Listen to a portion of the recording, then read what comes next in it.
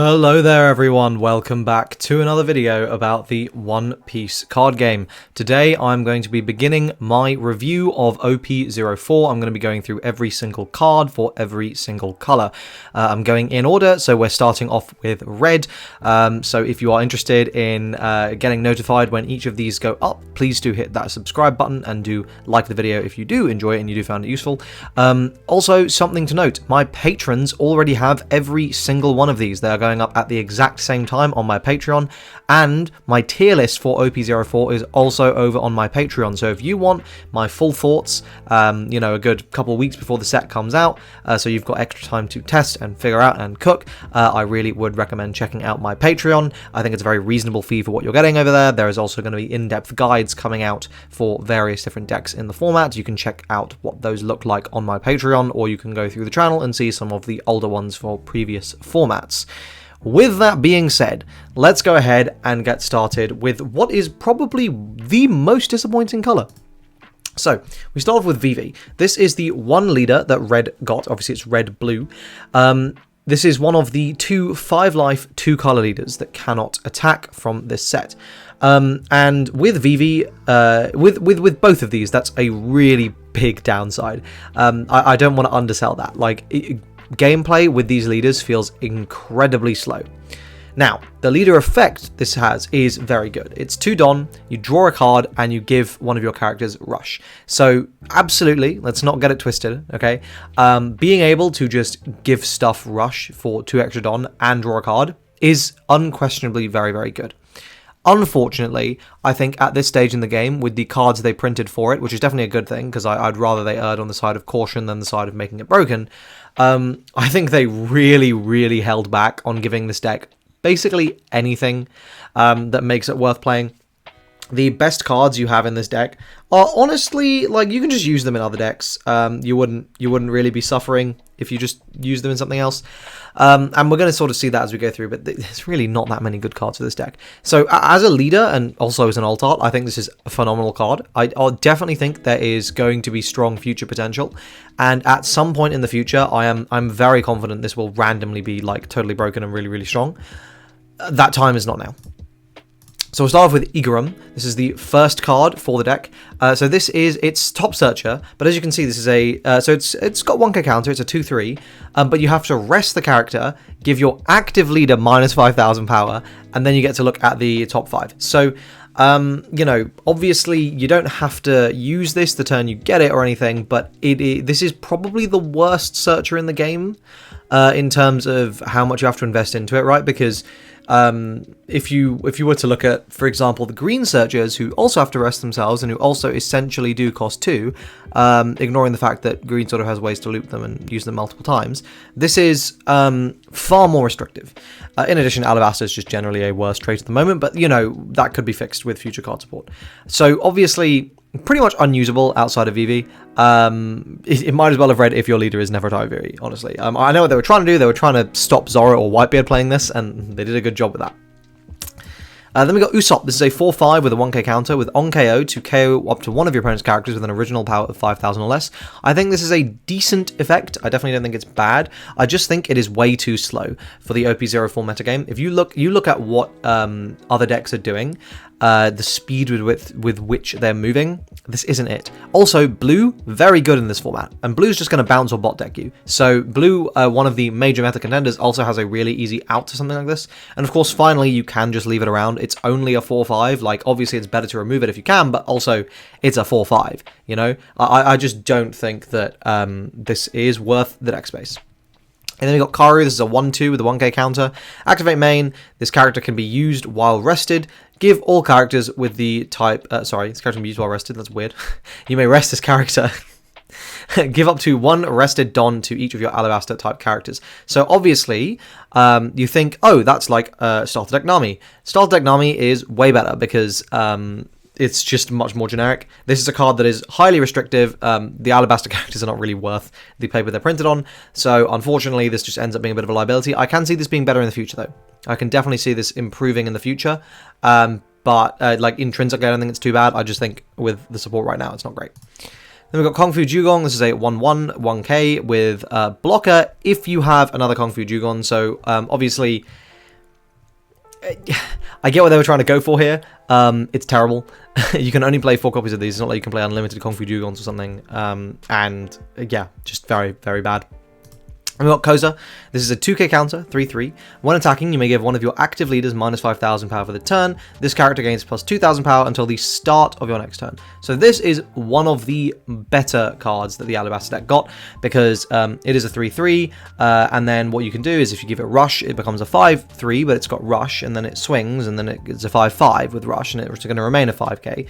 And as long as you're attacking with it consistently, it's going to remain a 3-5 that is a 2k counter. So I get what they were going for. That being said, is it really that good? I mean, you know, yes, it's a 2k counter. I mean, that's really the only reason you're playing this. It's a searchable 2k counter.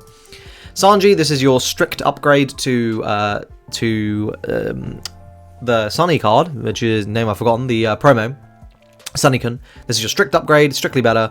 It has more attributes, does the exact same job, and it's not an expensive promo. So there you go. We never need to play Sanikin again unless we are playing both of them. Chucker. This is a 3-5. Don 1 when attacking. If your leader's VV, give up to one of your opponent's characters minus 3,000 power during this turn, then KO up to one of your opponent's characters with a cost of 0 power or less. This is one of the few actually good cards. As you can see, it is forever going to be limited to VV. So obviously, if we get a new VV in the future, there's potential there. But yeah, this is super restrictive, but it is very, very powerful in this deck. I definitely think this is a card you will be playing. Super, super good in VV.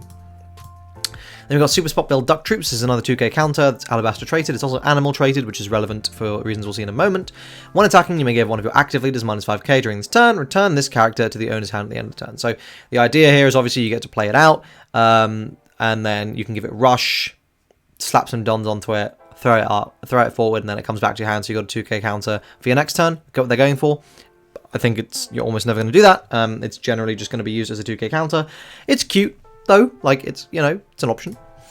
Then we got Tony Chopper. This is a 3-4 with 1k counter. On play, return a 3-cost or lower animal type character with what? The translations of the card is just wrong, sorry. On play up to one animal type character card with 3,000 power less from your hand. So this is going to let you swarm out the board. There are a few animal type characters I've seen, like this. Basically, the deck I saw being used was Animal Zorro. I would say it's solid C tier. There's so many better ways to be playing Zorro than this animal version. That being said, if animal like continues to be supported in future sets, I don't think it's gotten supported in OP05, but maybe it will be in the future.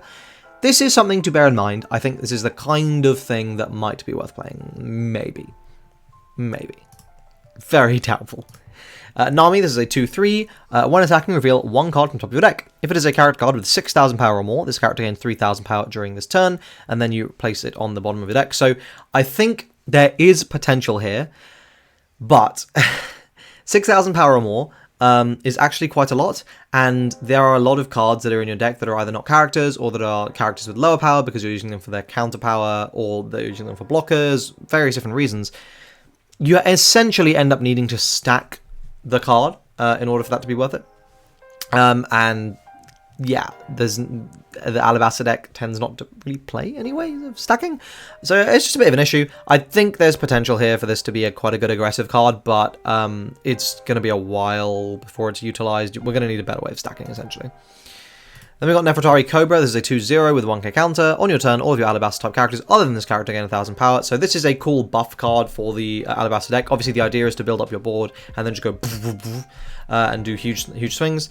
I think this is okay. It's susceptible to every form of removal in the game, and believe me, there is a lot of it. So again, you're just sort of in this awkward situation where it's a little bit hard to justify. Then we got Pell. Oh, finally, a good card. This is a 5-6, Don 1 when attacking, KO up to one of your opponent's characters with 4,000 power or less. Simple, short, sweet, effective, fantastic card. Very, very good. Staple in Alabaster. Even pretty decent outside of that. It's just not searchable. Good card is good. Then we have got Monkey D. Luffy. This is an 8-9 with Banish. This card is terrible. Then we have got Rono Zorro. This is a 5-6 with a 1k counter. On play, give up to one of your opponent's characters minus 2,000 power during this turn. This is fine. Very much fine. Obviously, the advantage here is you are establishing a relatively big body, whilst also doubling up as like getting a minus power effect. and that is worth something. It's okay. I'm not going to oversell this card. I don't think it's particularly strong. It's decent. It definitely does see play. It's an option people use. You know, it's nice that it's sort of giving you that Otama effect whilst also letting you develop board. It's retaining counter. It's a 6k. I think this card is pretty good. And that's it for the characters. So as you can see, there was, what, maybe 3 or 4 good ones? Yeah, they really held back with red this set. Oh, sorry, there's one more here. There's a secret rare VV. We'll use this artwork. So this says, all your red characters at the cost of 3 or more, other than this character, gain Rush. That is a powerful effect. Unfortunately, it comes on a 7/4, so you're not playing it till later on in the game. And it's 4k, which means it is truly one of the easiest cards in the world to get rid of. And this is only going to get worse as sets go on and decks get faster. So yeah, this is utter garbage. Then we've got the events. So we've got Table Manners Kick Course. This is the typical 0 cost trash one. It's a 3k counter. And then the trigger to give either one of your opponent's leaders or characters minus 3k during this turn. This is decent if you are choosing to play one of these cards. This is actually okay. Then we've got Happiness Punch. This is so bad. Give up to one of your opponent's leaders or characters minus 2k power during this turn. Then, if your leader is active, give up to one of your opponent's leaders or character cards minus 1k power during this turn. I'd rather just play Guard Point, not going to lie. Way less restrictive. Yes, I appreciate that this is an Alabaster Kingdom traded card, so it is searchable in that sense. And in addition, you can spread out the power, which can be relevant. And also, if there's restands or double attacks or whatever, yes, I get it. But this is basically a card you could only play in VV. I guess in VV you would always play this over Guard Point, and then in other decks you wouldn't. Yeah, it is what it is. And finally, we've got Enchanting Vertigo Dance. Main, if your leader has the Alabaster type, go up to 2 of your opponent's characters minus 2k power during this turn, and the trigger activates this card's main effect. This is pretty mid. Yep, not great, not great. It's fine. Again, it's letting you turn on some of your removal, but it's quite expensive for something that is not amazing. Like, I would much rather play down in Zorro or like an Otama or something. So yeah, there we go. That is red in OP04. Basically nothing new. If you look at all the red decks that are outside of Table Manners Kick Course, that's pretty much the and Sanji, those are pretty much the only cards that actually see play outside of and Zorro. But basically nothing really major sees play from OP04 in decks that are not Alabaster. Zorro and Whitebeard are pretty much just the same decks they were in OP03, which is obviously good, because it means that you get to keep playing your deck. It's quite sad because the power level for those decks essentially didn't change, but they're still very, very good, so I mean, you know, it just goes to show how good they were before. But yeah, overall, I would say 2 out of 10, 3 out of 10 support for red. It's fine, and I'm looking forward to never having to play against VV ever after the first week, because it's incredibly slow. The game takes about 40 minutes and you're going to lose anyway. But there we go, that's it for this video. I hope you guys found it useful. If you enjoyed it, please do like the video, subscribe to the channel for more One Piece card game content, and stay tuned for the next of these set reviews. See you next time. Cheers.